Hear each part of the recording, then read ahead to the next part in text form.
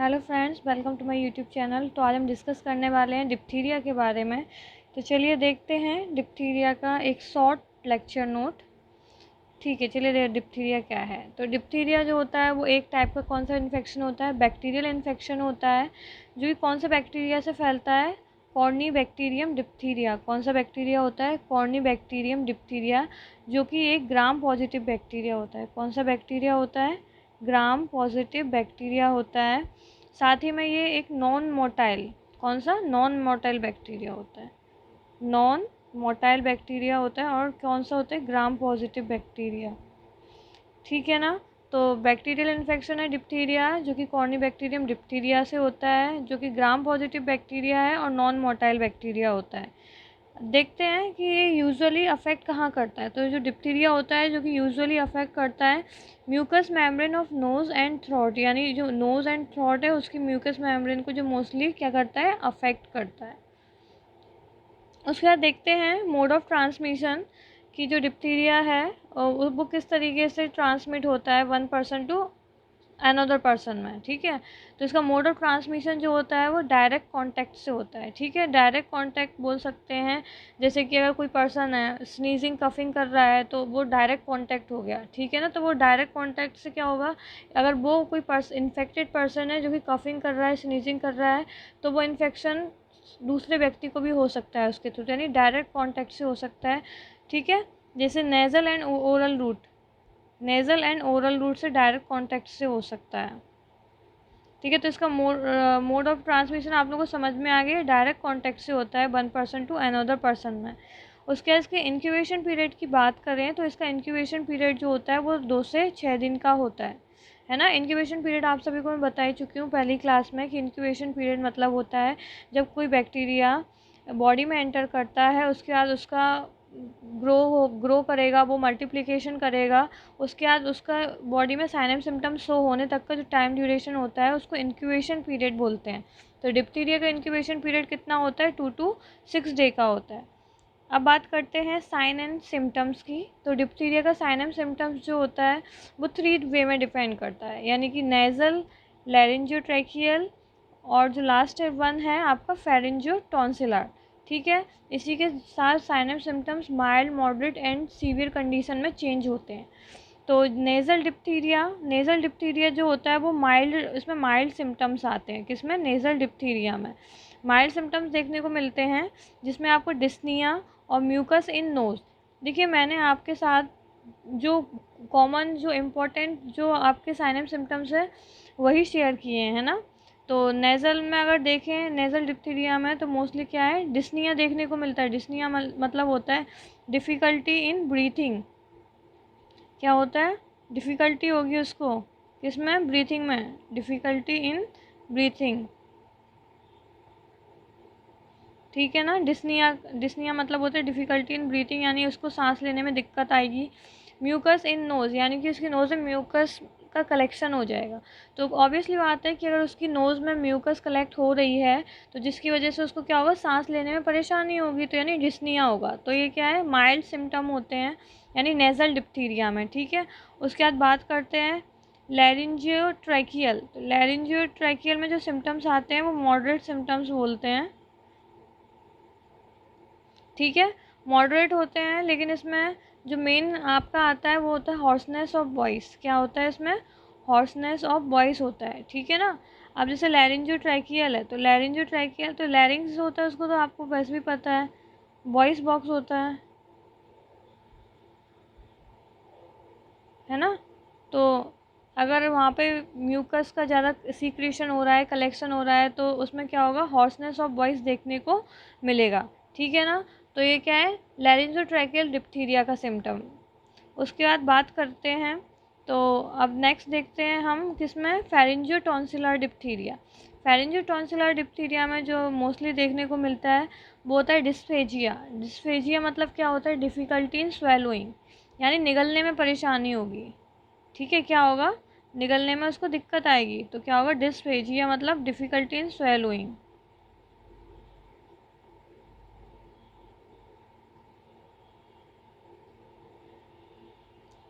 Difficulty in swallowing, ठीक है, उसको निगलने में दिक्कत आएगी। उसके बाद उसमें क्या देखने को मिलेगा, बुल नेक देखने को मिलती है डिप्थीरिया में, और स्यूडो मेम्ब्रेन देखने को मिलती है। तो बुल नेक और स्यूडो मेम्ब्रेन जो है वो डिप्थीरिया के क्लासिकल साइन होते हैं, ठीक है। Bull neck and pseudo membrane ये क्या है, डिप्थीरिया के क्लासिकल साइन होते हैं। अभी इसमें बात कर लेते हैं किसकी, बुल नेक और स्यूडो मेम्ब्रेन की। तो आपको मैं इसको इमेज के थ्रू दिखा देती हूँ। जैसे ये है, तो पहले बुल नेक की बात करते हैं। तो ये आपको दिख रहा है ना, ये क्या है, ये बुल नेक है, जो कि किस में देखने को मिलता है, डिप्थीरिया में देखने को। जो नेक है वो कैसी हो गई है, इस बच्चे की नेक बुल शेप में दिख रही है ना, तो इसलिए हम इसको क्या बोलते हैं, इसको हम बुल नेक बोलते हैं, ठीक है। क्योंकि इसमें क्या होता है, जो लिम्फ नोड्स होते हैं उनका इनलार्जमेंट हो जाता है, स्वेलिन हो जाता है, यानी मतलब उसमें सूजन आ जाती है लिम्फ नोड्स में, जिसकी वजह से वो क्या हो जाते हैं, इनलार्ज हो जाते हैं, जिसकी वजह से क्या होता है, ये जो गर्दन का आकार होता है बुल नेक के जैसे हो जाता है, इसलिए हम इसको क्या बोलते हैं, बुल नेक बोलते हैं। उसके बाद अगर हम बात करें किसकी, स्यूडो मेम्ब्रेन की, किसकी, स्यूडो मेम्ब्रेन की। तो स्यूडो मेम्ब्रेन में भी आप देखेंगे तो स्यूडो मेम्ब्रेन में कैसा देखने को मिलता है, ये, ठीक है, ये आपकी क्या है, स्यूडो मेम्ब्रेन है, ठीक है। तो स्यूडो मेम्ब्रेन में आपको देखिए दिख रहा होगा, ये ग्रीनिश येलो कलर की मेम्ब्रेन होती है, क्या है, ग्रीनिश येलो कलर की एक थिक मेम्ब्रेन बन जाती है, मेम्ब्रेन होती है जो कि कवर करती है back part of the throat. तो ये थ्रोट के बैक पार्ट को कवर कर रही है, और ये कैसा होती है, ग्रीनिश येलो, ठीक है ना, कैसी होती है, ग्रीनिश येलो, ग्रीनिश येलो होती है, ठीक है।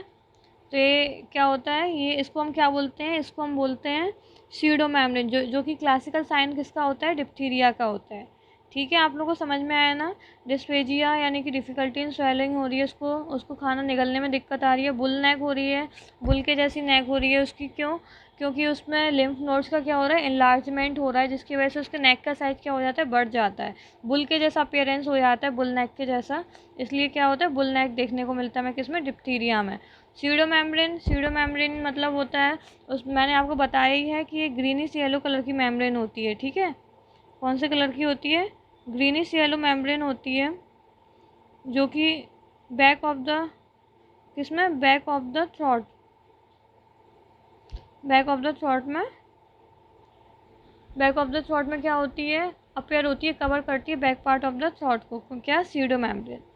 नेक्स्ट बात करते हैं डायग्नोसिस की। तो इसकी डायग्नोसिस की बात करें तो इसका जो मेन डायग्नोसिस होता है, मोस्टली इसमें जो करते हैं वो नेज़ल थ्रोट स्वैप करते हैं, और सिक टेस्ट का भी इसमें यूज़ किया जाता है।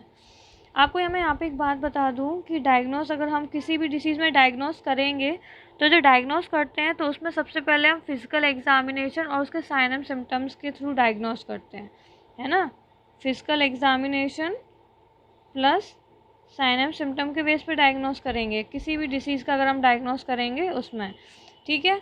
तो डिप्थीरिया में तो हम physical examination sign and symptoms के थ्रू तो करेंगे ही, लेकिन इसमें जो मेन चीज़ मैं आपको बता रही हूँ, तो उसमें नेज़ल और थ्रोट स्वैप के थ्रू भी करते हैं, और साथ में इसमें एक टेस्ट करते हैं जिसको हम सिक टेस्ट बोलते हैं। क्या बोलते हैं हम इसको, सिक टेस्ट बोलते हैं, जो कि एक हाइपर सेंसिटिविटी टेस्ट होता है, ठीक है। ये जो सिक टेस्ट है वो कौन सा टेस्ट होता है, हाइपर सेंसिटिविटी टेस्ट, ठीक है। ये कौन सा टेस्ट है, हाइपर सेंसिटिविटी टेस्ट होता है। चलिए यहाँ पे आपको अलग से मैं एक्सप्लेन कर देती हूँ सिक टेस्ट के बारे में, ठीक है।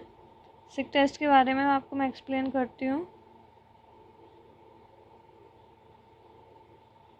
सिक टेस्ट जो होता है वो मोस्टली कैसा टेस्ट होता है, हाइपर सेंसिटिविटी टेस्ट है ये, है ना। कौन सा टेस्ट है, हाइपर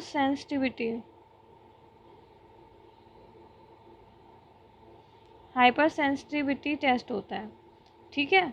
और साथ में ये कन्फर्मेटरी टेस्ट है, इसके थ्रू क्या, ये कन्फर्मेटरी टेस्ट भी बोलते हैं इसको, ठीक है, कन्फर्मेटरी टेस्ट है ये।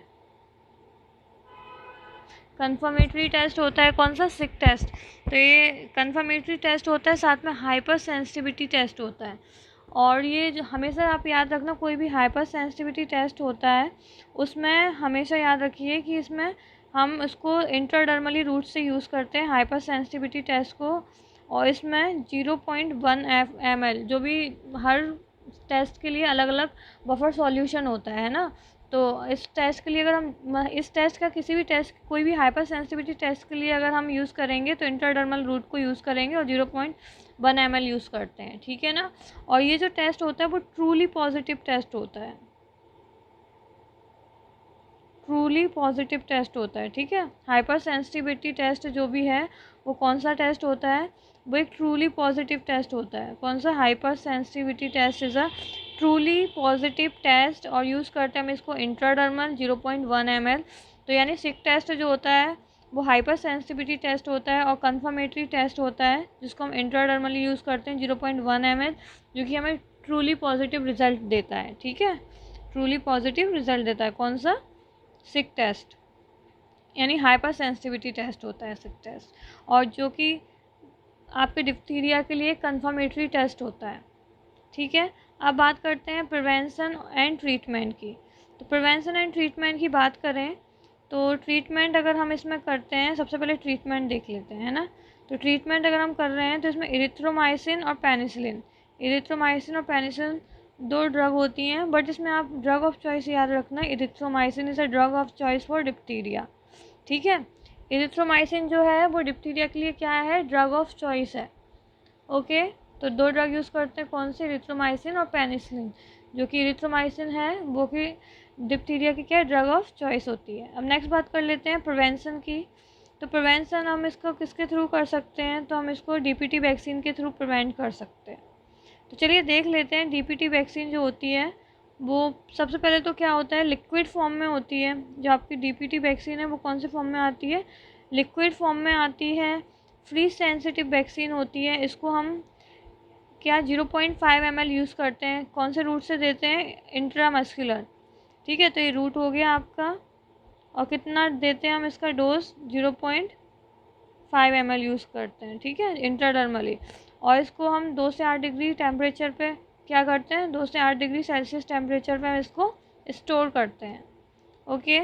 अभी डीपीटी वैक्सीन, तो आपको एक बात बता देती हूँ, डीपीटी वैक्सीन जो आपको अगर डाउट हो रहा हो किसी को, तो डीपीटी वैक्सीन के बारे में ये है कि पहले तो डीपीटी वैक्सीन है क्या, उसका फुल फॉर्म याद रखो। डी मतलब होता है डिप्थीरिया, ठीक है, डी मतलब डिप्थीरिया, टी मतलब होता है टिटनेस टॉक्सॉइड, जो मैंने आपको पहले क्लास में बताया है, ठीक है। और ये जो आपका ये चीज़ याद रखना है, जो पर्ट्यूसिस, इसका पी का मतलब होता है पर्ट्यूसिस, है ना। तो ये कॉम्बिनेशन वैक्सीन होती है, इसमें 3 वैक्सीन का कॉम्बिनेशन होता है डीपीटी में। एक तो होता है डिप्थीरिया, एक तो होता है पर्ट्यूसिस और एक होता है टिटनेस। अब ये चीज़ याद रखना, जो टिटनेस टॉक्सॉइड है वो आपकी टाइप ऑफ टॉक्सॉइड वैक्सीन होती है, ये आपको मैं पहले क्लास में बता चुकी हूँ, ये टॉक्सॉइड टाइप वैक्सीन है। तो आपकी डिप्थीरिया भी जो है वो भी एक तरीके की टॉक्सॉइड वैक्सीन होती है, ठीक है। लेकिन इसमें जो पर्ट्यूसिस की बात करें अगर, तो पर्ट्यूसिस जो है वो आपकी किल्ड वैक्सीन होती है, ठीक है। ये आपकी कौन सी वैक्सीन है, किल्ड वैक्सीन है। जैसे वैक्सीन के 3 टाइप्स होते हैं, लाइव वैक्सीन, किल्ड वैक्सीन और टॉक्सॉइड वैक्सीन, ठीक है। तो इसमें जो डिप्थीरिया और पर्ट्यूसिस, डिप्थीरिया और टिटनेस जो है वो टॉक्सॉइड टाइप की वैक्सीन होती है। लेकिन अगर पर्ट्यूसिस की बात करें, जो कि कौन सा टाइप की वैक्सीन है, किल्ड वैक्सीन होती है। तो इसमें कंफ्यूज मत होना, क्योंकि डीपीटी जो है वो एक कॉम्बिनेशन है वैक्सीनेशन का, जो कि 3 वैक्सीन से मिलकर के बनी होती है, डिप्थीरिया की, पर्ट्यूसिस की और टिटनेस की। अगर पर्टिकुलर आपको डिप्थीरिया की पूछा जाए कि कौन से टाइप की वैक्सीन है, तो वो टॉक्सॉइड वैक्सीन है। टिटनेस भी कौन सी वैक्सीन है, टॉक्सॉइड वैक्सीन है। और पर्ट्यूसिस जो है वो आपकी किल्ड वैक्सीन होती है। आगे बात करते हैं डोजेस की। तो इसके डोजेस की बात करें तो इसके तीन डोज होते हैं, ठीक है, जो कि 6 वीक पे, 10 वीक पे और 14 वीक पे देते हैं। ये बच्चों में यूज़ करते हैं, तो जब बच्चा 6 वीक का होता है, यानी 6 वीक का होता है, 1.5 महीने का होता है, तो हम डीपीटी फर्स्ट यूज़ करते हैं, ठीक है। डीपीटी फर्स्ट यूज़ करते हैं अगर बच्चा 6 वीक का है।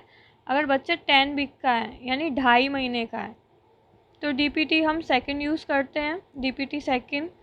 और बच्चा अगर 14 वीक्स का है, यानी 3.5 महीने का, तो हम डीपीटी थर्ड यूज़ करते हैं, ओके। तो डीपीटी के जो डोज़ होते हैं, तो पहले तो आप ये याद रखना, जो डीपीटी वैक्सीन के डोज़ होते हैं वो 5 डोज़ होते हैं। 10 और 14 वीक पे देते हैं। लेकिन अगर हम बूस्टर डोज़ की बात करें, इसमें 2 बूस्टर डोज़ यूज़ करते हैं, जिसमें पहला बूस्टर डोज़ 16 से 24 महीने पे यूज़ करते हैं ना। तो ये फर्स्ट बूस्टर होता है, जिसको हम कब यूज़ करते हैं, 16 टू 24 मंथ पे, डीपीटी का फर्स्ट बूस्टर। यानी जब बच्चा 16 से 24 महीने का होता है तो उसके बीच में हम डीपीटी का फर्स्ट बूस्टर यूज़ करते हैं। और जो सेकंड बूस्टर होता है वो 5 ईयर ऑफ एज में करते हैं, ठीक है। सेकंड बूस्टर कब करते हैं, 5 ईयर ऑफ एज में, जब बच्चा 5 साल का होता है। आप ये याद रखना है कि इसके डोज वही रहेंगे, रूट भी वही रहेगा, है ना। इंट्रामस्कुलर यूज़ करेंगे, 0.5 ml यूज़ करेंगे, ठीक है। तो ये हमारा प्रिवेंशन कंप्लीट हुआ। आई होप आप लोगों को समझ में आया हो आज डीपीटी का क्लास। अगर आपको समझ में आया है तो please like share and subscribe ज़रूर कीजिए मेरे चैनल को। Thank you for watching.